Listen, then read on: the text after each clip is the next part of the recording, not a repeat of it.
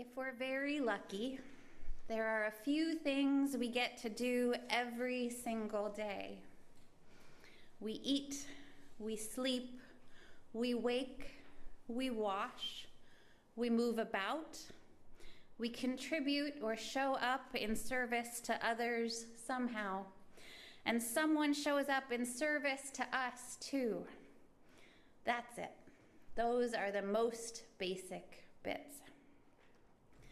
In every religion, in every community, we draw a boundary that carves some of us inside the circle and some of us outside the circle for each of the everyday elements.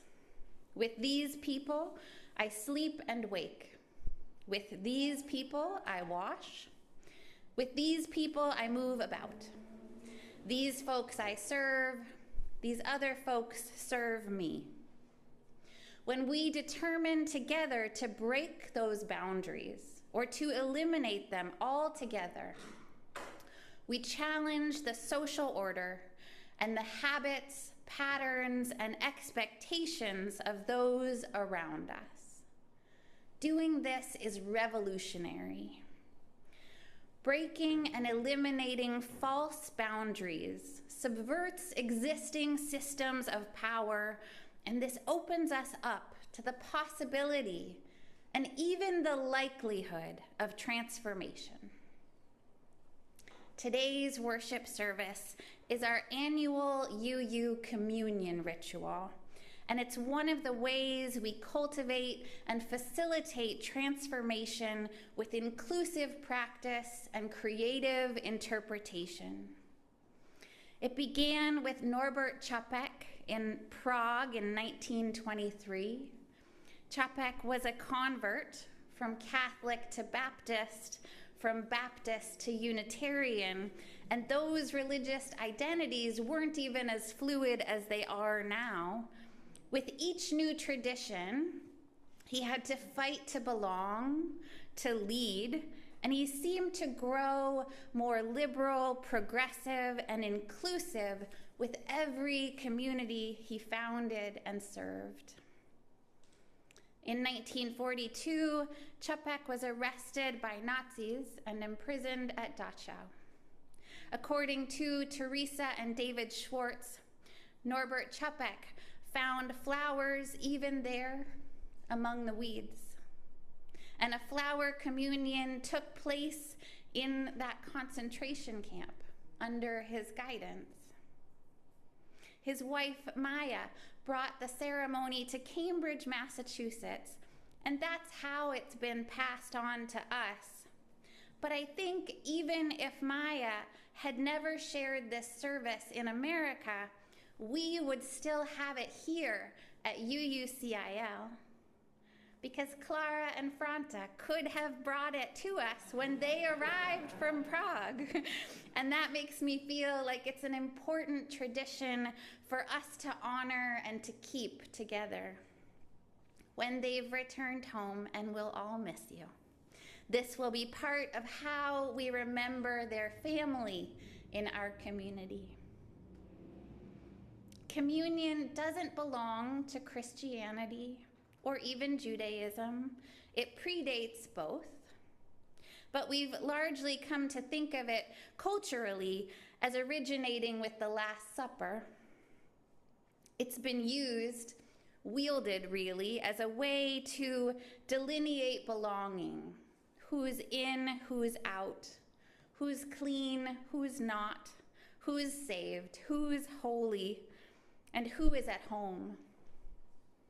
I'm grateful to Norbert for insisting on a form of communion that welcomes us all. Certainly, I think it comes closer to what Jesus and early Christianity, before there were denominations and distinctions, intended.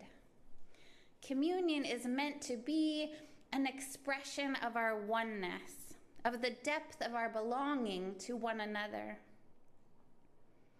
Jesus ate with the wrong people, and he washed with the wrong people. He served those society said were only servants and was served by people he was only meant to be able to bow to. He pointed to the places where the boundary had been and said, "What boundary? There are no borders here." This is what communion does. It opens us and invites possibility to flow through our lives. Communion dissolves borders. Let me invite you to one other example, one other form of communion, a sort of visceral experience, and if you know, you know. Who here has had the extraordinary privilege of climbing into bed next to someone you don't ordinarily sleep next to? Now, there are many ways this opportunity might arise. I'm remembering the moments when life has called me to curl up next to a loved one in their hospital bed, being cautious of cords and tubes and wires, and making room where there isn't enough, so that you can simply lay next to each other and breathe and have that be the only thing you are doing just then. Sharing the intimacy of the everyday ins and outs of living in a small moment with a single action. I can count the times I've done this on one hand and remember each in perfect detail, because it's a transcendent experience. The borders of our beings seemed to disappear entirely, and all that was left was the knowledge of our unity. This is communion. Let this be the definition we hold in common. That communion exists on a spectrum so wide it forms a circle that carves everyone, everywhere inside of it and says, "You belong here, and we are one." Communion happens when we wash our hands together, when we sit down and share our food with one another, when we dissolve borders and refuse the boundaries that we've been told determine our existence. Communion can be of bed, of bread, of breath, or of bowing in the direction of someone who believes themselves undeserving.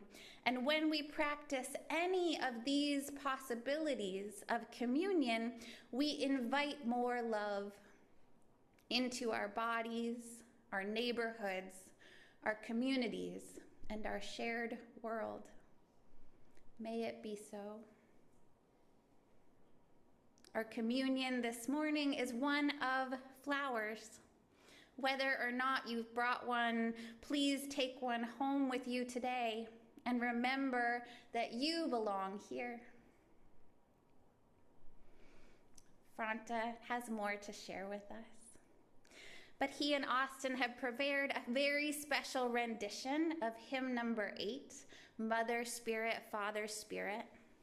They'll offer an instrumental round, and then Franta will sing it in Czech, followed by a second instrumental round, and then we'll all be invited to sing it in English, verses 1, 2, and 4.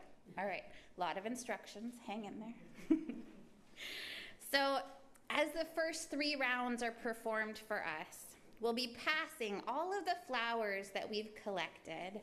And if you're one of my helpers, you can head back there. Through the community from the back up to the front table. And so we're going to pass them through so that everybody has a chance to hold and touch them. And when they come to you, if you would just imbue them with a wish or a blessing for this community, that we might all be held by our collective good wishes and good feeling until our ingathering ritual in September reunites us once more. And then when all of the flowers have arrived at the front, you can make your way up.